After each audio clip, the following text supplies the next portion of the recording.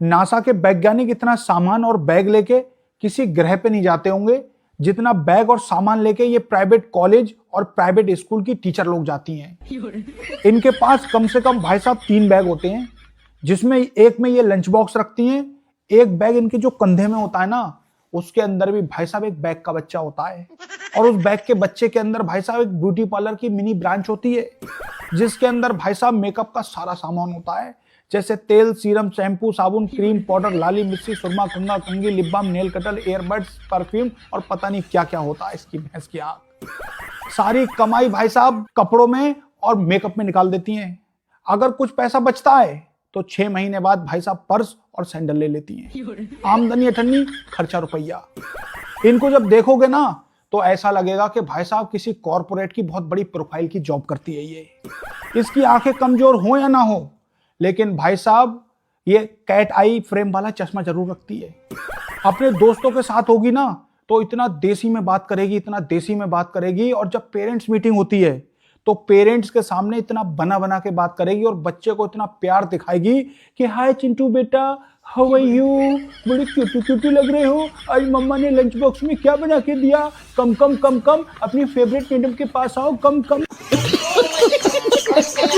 हर मोहल्ले के अंदर कुछ लोग ऐसे होते हैं, और कहीं कहीं पूरा मोहल्ला, जिनके पास बिजली के तारों में से बिजली खींचने का एक ऐसा यंत्र होता है, इसकी भैंस की आग, जिसको ये रात को इंस्टॉल करते हैं और सुबह सूरज निकलने से पहले अनइंस्टॉल करके समेट के कहीं गायब कर देते हैं, जिसको भाई साहब कुंडे डालना भी कहते हैं।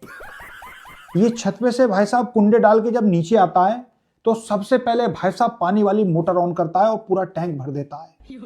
घर वालों से कहता है कि अभी कुंडे डाल के आया हूं, वॉशिंग मशीन लगा लो, सारे कपड़े धो डालो, थोड़ी देर के बाद कुंडा उतारने भी जाऊंगा मैं। तो भाई साहब घर का इतना इतना बड़ा कपड़ा भी वॉशिंग मशीन में धुलवा देता है। अगर किसी के घर के छत के छज्जे के बाहर बिजली का खंभा है तो सबसे ज्यादा सदुपयोग उस यंत्र का तो भाई साहब यही करता है। इतनी बड़ी लकड़ी से ही भाई साहब जब चाहे तो कुंडे डाल देता है और जब चाहे तो भाई साहब कुंडे उतार लेता है। जाड़ों में भाई साहब हीटर का मजा लेता है और गर्मियों में दबा के एसी का मजा लेता है। बहुत सारे मकान मालिक जिनके यहाँ किराएदार रहते हैं वो डायरेक्ट खंबे से कुंडा नहीं डालते हैं, बल्कि बरामदे के बल्ब का कनेक्शन और पानी वाली मोटर का कनेक्शन सीधा किराएदार के मीटर से करा देता है। जैसे जैसे भाई साहब बरामदे का बल्ब जलेगा और पानी की मोटर चलेगी, वैसे वैसे भाई साहब किराएदारों के पिछवाड़े पे प्याज कटेगी। जब से ये जैकेट का कारखाना क्या किया है कि मेहमान नहीं टूट रहा घर से, इतना मेहमान आ रहा है, इतना मेहमान आ रहा है कि जैकेट बिक कम रही है और बढ़ ज्यादा रही है। जो भी मेहमान आता है तो उसकी सीधी नजर जाती है जैकेट के बंडल पे, और बंडल पे देख के भाई साहब वो ये देखता है कि मेरे बीबी के कौन सी आ जाएगी, मेरे कौन सी आ जाएगी और मेरे बच्चों के कौन सी आ जाएगी। यहाँ पे भाई साहब जैकेट पहन पहन के देखता है और पहनने के बाद कहता है कैसी लग रही है। अच्छी लगती होती है तो उसके बाद कहता है कितने पैसे देने हैं। अबे तेरी भैंस की आग, अगर तुझे पैसे देने थे तो मार्केट में ऐसी तैसी कराता, यहाँ पैसे देने आ रहा है तू।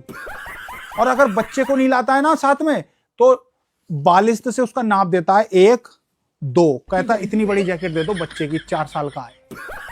और इन कारीगरों ने तो वो मारी है इसकी भैंस की आग के सितंबर महीने में इतना कारीगर इकट्ठा हो गया था कि हाथ पकड़ के उठाना पड़ रहा था।